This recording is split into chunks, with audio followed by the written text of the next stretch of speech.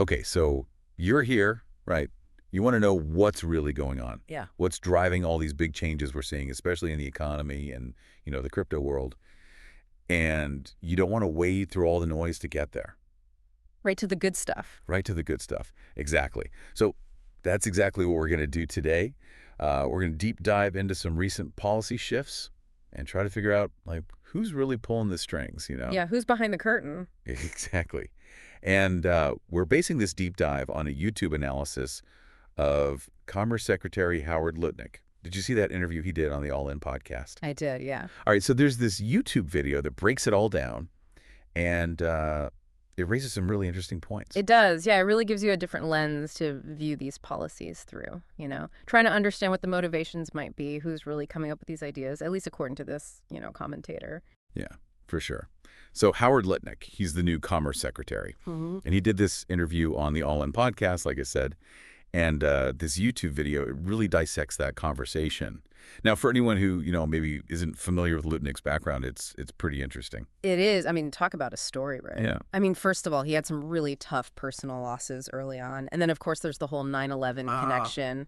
All right. He was actually late to work that day. Just lucky, I guess. But he lost his brother. Oh, wow. And tons of his colleagues at Cantor Fitzgerald. But then what he did after that, Yeah. I mean, just incredible. Rebuilt the entire firm, turned it into this major investment bank. Wow. That kind of resilience, that drive, definitely something to pay attention to. Yeah, absolutely. The YouTube commentator even calls him like a brilliant Wall Street shark. And when you look at his track record, you can see why. He's clearly a very strategic thinker, gets things done. So now that he's Commerce Secretary, the question is, how is his background, how's his whole perspective shaping policy right now? Right. And this YouTube analysis, they pull out some interesting stuff. Yeah, what did they find? Well, they highlight a few key policy areas where Lutnick seems to be having a real impact. One of the first things they point to, and it's pretty striking, is his focus on cutting government spending. Okay, yeah. He seems really concerned about what he sees as, like, irresponsible spending, wasteful, maybe even fraudulent in some cases. Right. He even brought up these accidental payments that the government makes, and they never get the money back. Huh. So the commentator says Lutnick's initial goal, like right out the gate, was to slash $1 trillion from the budget. $1 trillion. Wow. Yeah. But then here's where things get really weird. They bring up this connection to Elon Musk and this whole Doge thing. Oh, okay. This is where it gets interesting. Right.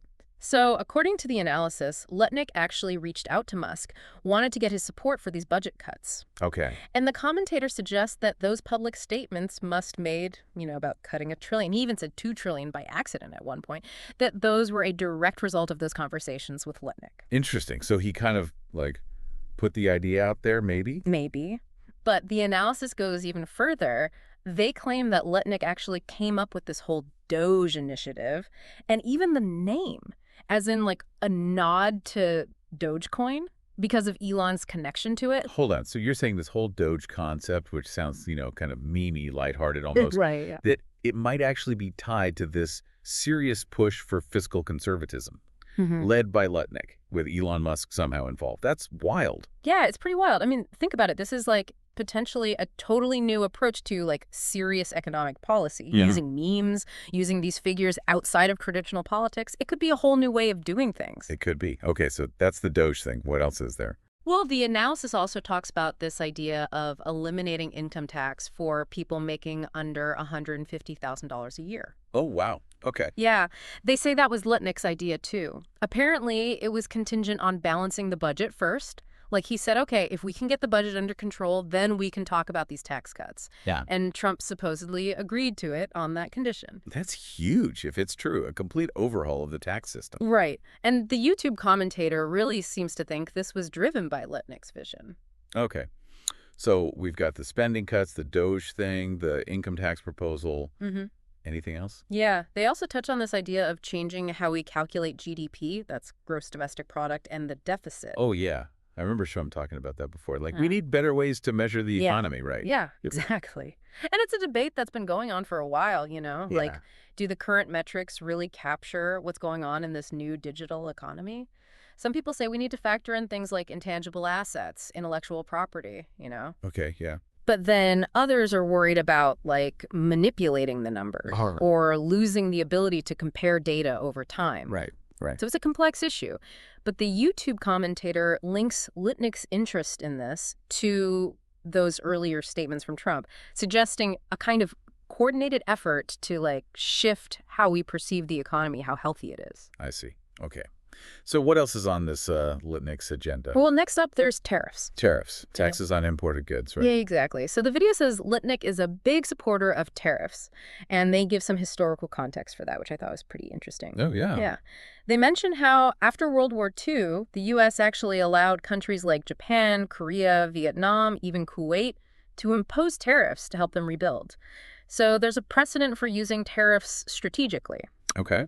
Interesting. And then they bring up countries like India that have really high tariffs right now, like 50%. So Litnick's stance on this seems to be pretty aligned with Trump's views on trade, you know? Yeah, Trump's been a big proponent of tariffs. Exactly. And while the commentator acknowledges that it's not like Litnick came up with this idea all on his own, it does seem to be a big part of his economic philosophy. Like, maybe he sees tariffs as a way to boost domestic production, you know, address trade imbalances. Makes sense. Okay, so spending cuts, Doge, income tax, tariffs. What else? Oh, this one's really interesting. Gold cards. Gold cards. What are those? Like some kind of credit card? Not exactly. So, according to the YouTube video, Lutnick was actually tasked with coming up with a solution involving these so-called gold cards. The basic idea is they vet these super wealthy individuals, high net worth individuals, and give them these cards. It's like a way to incentivize them to invest in the U.S., create jobs here, especially if things get really bad, you know, geopolitically. Okay, so it's like these people are kind of like on standby in case things go south. That's kind of the idea, but the Oh. commentator emphasizes that it's not just a free pass. There's a vetting process, and they can still get kicked out if they commit crimes or whatever. Okay, so it's not just like a blank check for the rich and powerful. Not quite. It's more complicated than that. Okay, interesting.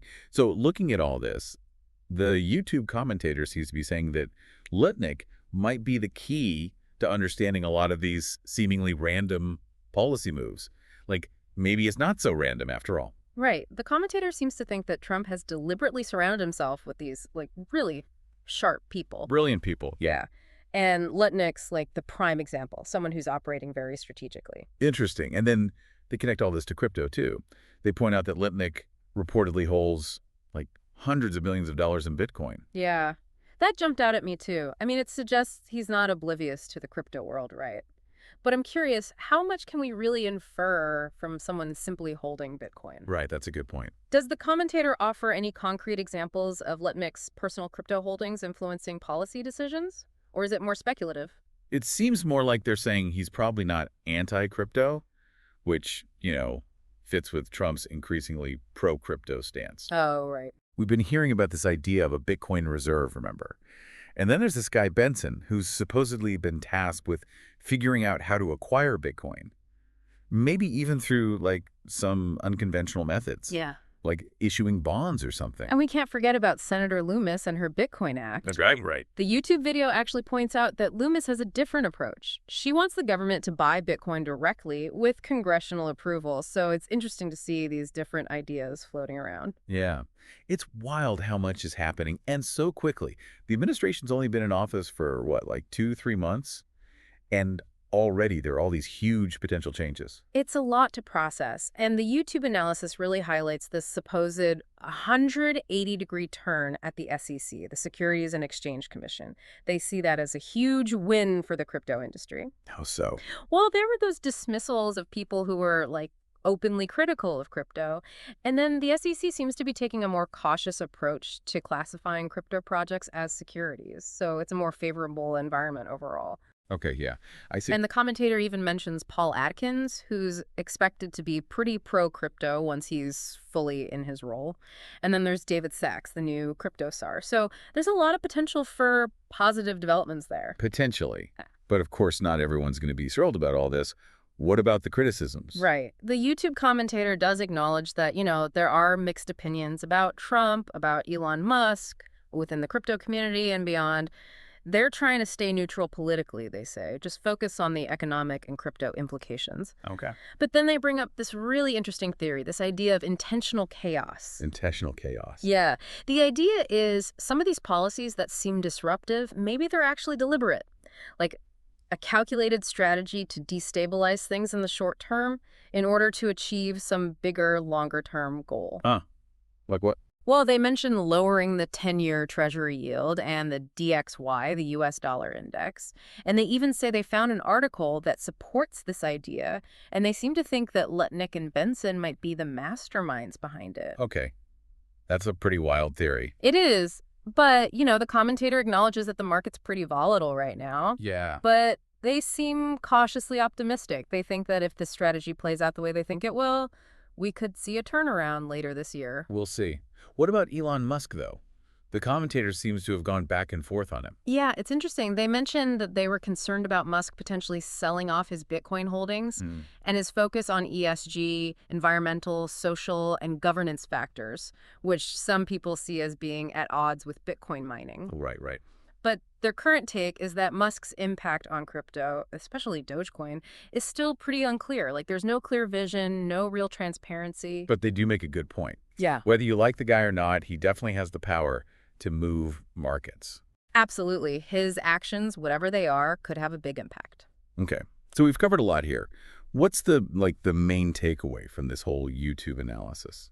I think the key insight is that Howard Lutnick, with his background and his influence, he might be the missing piece of the puzzle. Like, he might help us understand these recent policy changes in a way that makes sense. Okay. Because up until now, it seemed like a lot of random, disconnected actions. But maybe it's not so random after all. Maybe it's part of a bigger plan.